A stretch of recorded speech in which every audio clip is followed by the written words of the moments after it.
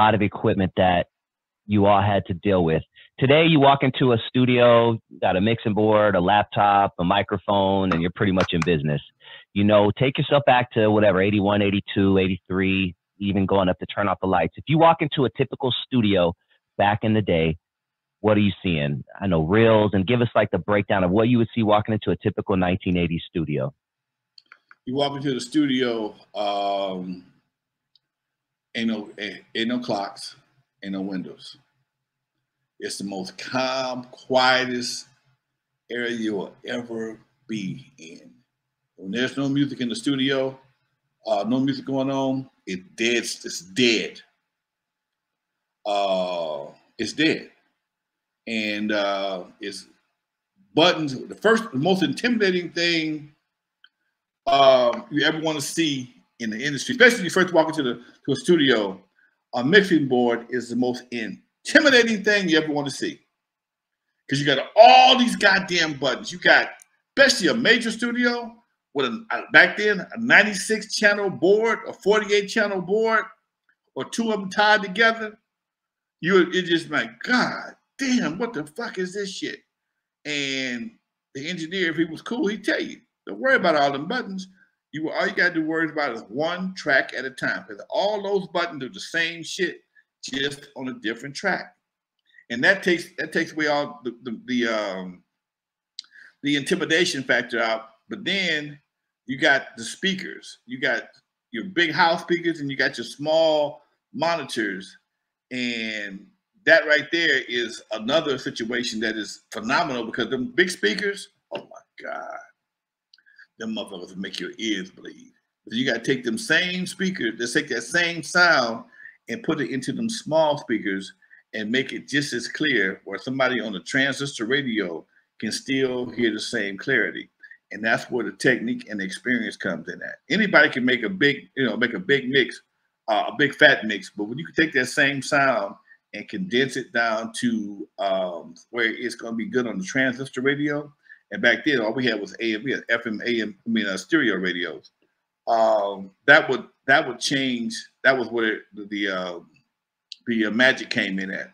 And then you look behind you, and there's all this outboard gear. So we had real outboard gear. We had real compressors, limiters, equalizers, and it might be a whole rack of equalizers, a whole rack of compressors, a whole rack of limiters. And each one of those units, sometimes after a while, they would make them good for two channels, 2 tracks a piece. But for the most part, if you got a 48 channel mixer, you're probably gonna need 48 limiters. Okay? Or you ain't gonna limit everything didn't need to be limited, but you wanted that flexibility if you needed it. And that's what studios cost money. And everything has to be wired in. So you got a rack of wires for the patch bay to plug shit in, and that was like a big ass switchboard. And that right there was crazy because you got to plug it, you gotta know what the fuck you're doing. And it just made it made you appreciate engineering, because somebody had to know what he was doing, how to do it, and get it done. And then if you fucked up and wanted some shit done, the engineer would take it, he would go and cut that piece out with a razor blade. Ain't no cut, ain't no delete and edit and paste. No. He put that shit on take that big ass reel and put it on the head, and he would go back and forth like he's scratching it, back and forth, till he found the word he wanted. He'd mark it with a grease pencil, take it off back the reel up a little bit, loosen it up, and cut that shit out, and put a piece of tape on it, and put it back on the reel. And if that shit was right, man, that was the best thing in the world. The best thing in the world. And if you don't do it right the first time, you just fucked up. Because ain't no undo. Damn, dude. You kids don't know how good you have it. Ain't no undo, baby. And if you sit there holding your breath, because if he fuck up, if he fuck up, it's fucked up. One chance. One chance. One shot, baby. Yep. Damn. Yeah, that's where the cutting room floor comes from. If you kids have ever heard that term. Because they cut that piece of tape out and it drop on the floor. Once it hit the floor, you can't put it back in there. Damn, dude. Yeah, but it was dope, Doc. I tell you what, man. Those times, those experiences. I know technology has changed. You still can find people that still have those skills. But if you ever get a chance to sit in a real old school studio and listen to the music, how fat it is, that was one thing that made the transition from audio from analog to digital kind of difficult, because analog analog was so fucking fat. It just had a warmth to it that just could not be. You couldn't digitize it.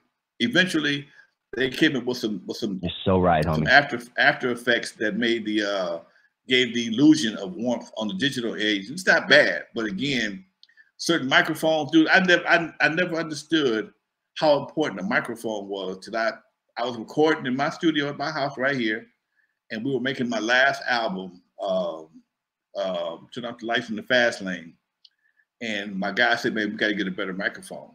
And I'm like, we got microphones. Nah, man, we got to get AK, a Kai 414. Man, it was $1,500. $1,500. And I'm like, damn, $1,500. But when I bought it and plugged it in, the difference was daylight and dark when it came to the sound, dude. And that's what you pay for when you go to the studio. Well, somebody can go to a closet and grab a $1,500 mic and stick it in, and you get that difference. The demo is obviously a demo now, because when you first hear shit, I don't give a damn who you are. You think that's the shit. You think it's the shit till you hear the shit. Oh, fuck. Do you hear your shit on a big system with them hi-hats sizzling, or that kick drum bump just rumbling your goddamn guts? It's a big difference, dude. Big difference, dude. Big difference. I don't know what DJ Quik did or does back in the day, but his music always sounded way more clear. You heard every single instrument. I mean, and then you hear, just another producer just as good, like a DJ Premier, and no knock on him or, anything like that. But you're like, it's just not as clear. What was DJ Quik doing different than everyone else was? DJ Quik, by mistake, he recorded at Skip Saylor's studio. Skip Saylor did a lot of shit. See, that's another thing. When you own the studio, you've tweaked. You know that stuff is like the back of your hand. It's one thing to have be a studio owner, have engineers that work in your room. But when you own that studio and you built that studio, or you had this studio built to your specifications, it changes everything, dude. And if I'm not mistaken, I know Egypt. That's where he records at, and so does Quik, if I'm not mistaken. They both recorded Skip Saylor in Hollywood. And his people down there, they know what the fuck they doing. Yeah, Sedborn says Quik is the GOAT, hands down. I cannot disagree with you on that, homeboy. Dude, I love Dre, but Quik, when it comes to getting people on the floor and clever rapping, come on, man. It's hard to beat that dude, man. For real. And if you've never got a chance to check out Quik, he's still doing his thing. He still travels to this day. I've probably seen him a dozen times. And every time I go, he gives a great show. He plays multiple instruments. So you'll see him sit down, play the keyboard. Then he'll stand up playing the bass. Then he'll stand up and play some other shit. Like, he is an amazing artist. So if you ever get a chance, check him out. But before we go, Lonzo, let's give a shout out real quick to some of the people in the audience. Shout out Willie Mo, Sedborn, Rashard Cobb, the homie, Marlon Cozy, Isaiah Edwards, Vista Light 1972, Chris Stacks, Tyree D. And before we go on, Lonzo, if I can have like 10 seconds, because there are a few people who are tuned into my Saturday show, my mix show where I play hip hop. I'm going to have to end that, unfortunately, come in 2024, because YouTube has been on my butt, and I will be able to get monetized again in January, and I'm just not trying to mess that up. So I'm not gonna be able to do that, but I am replacing it with something that you guys are really gonna like. It's hip hop related. I already have 2 episodes down, so please stay tuned, and I appreciate you guys for still tuning into Dusty Vision TV on Saturday nights, 8 p.m. Pacific. Any last words, Lonzo? Hey, those who never heard of me, I'm the first one to put Dr. Dre in the surgery, stuck Ice Cube in the freezer until he got cold, on the eve after dark, 50-yard line Super Bowl. In the movie Straight Outta Compton, they played me as a hater of rap. Don't believe that Hollywood bullshit, because it was all cap. My history goes deeper than most of y'all will ever know. Just remember, That N.W.A. stands for Not Without Lonzo. We out of here, y'all. All right. Till next Tuesday, baby. God willing. Peace.